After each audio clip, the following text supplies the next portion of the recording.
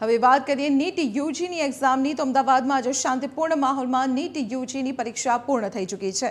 પોલીસના ચુસ્ત બંદોબસ્ત વચ્ચે આ પરીક્ષાનું આયોજન કરવામાં આવ્યું હતું અને તે સફળતાપૂર્વક પૂર્ણ થયું છે। રાજ્યમાં કુલ 211 પરીક્ષા કેન્દ્રો પર 79,000થી વધારે વિદ્યાર્થીઓએ પરીક્ષા આપી છે।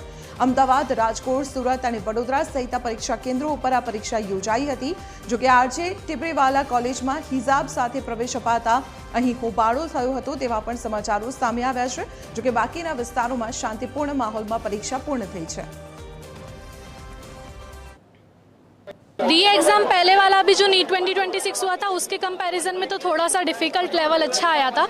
बायोलॉजी में भी और फिजिक्स केमिस्ट्री में भी पहले से लेवल अबव ही था, तो मीडियम कह सकते हैं। एक्चुअली જ્યારે અનાઉન્સ થયું હતું કે રીનીટ થવાનું છે તો મોરલ બહુ જ ડાઉન થઈ ગયું હતું અને મમ્મી પપ્પાએ એકચ્યુઅલી બહુ સારી રીતના સંભાળ્યા હતા, કેમ કે એટલા રડરડ કરતા હતા ને બિકોઝ પેપર પેલું સારું ગયું હતું તો એક મહિનાની અંદર તો પ્રિપરેશન થઈ જ નથી એવું કહીએ ને તો બી ચાલે, પણ જે થોડુંક રિવાઇઝ કર્યું છે 2-3 દિવસમાં એમાંથી જ પેપર આવ્યું છે, કેમ કે પેપર બહુ જ બેઝિક લેવલનું હતું, બહુ જ એકદમ બહુ જ ઇઝી હતું પેપર। ફિઝિક્સ, કેમિસ્ટ્રી અને બાયોલોજી, સ્પેશિયલી બાયોલોજીમાં એટલા બેઝિક ક્વેશ્ચન હતા ને કે લાઈક આમ એમ કહીએ ને કે ખાલી કોઈ એક વખત બી વાંચ્યું છે ને તો બી આ એક્ઝામ ક્લિયરલી શાંતિથી क्लियर કરી શકે છે। पेपर मीडियम था, मतलब सही था।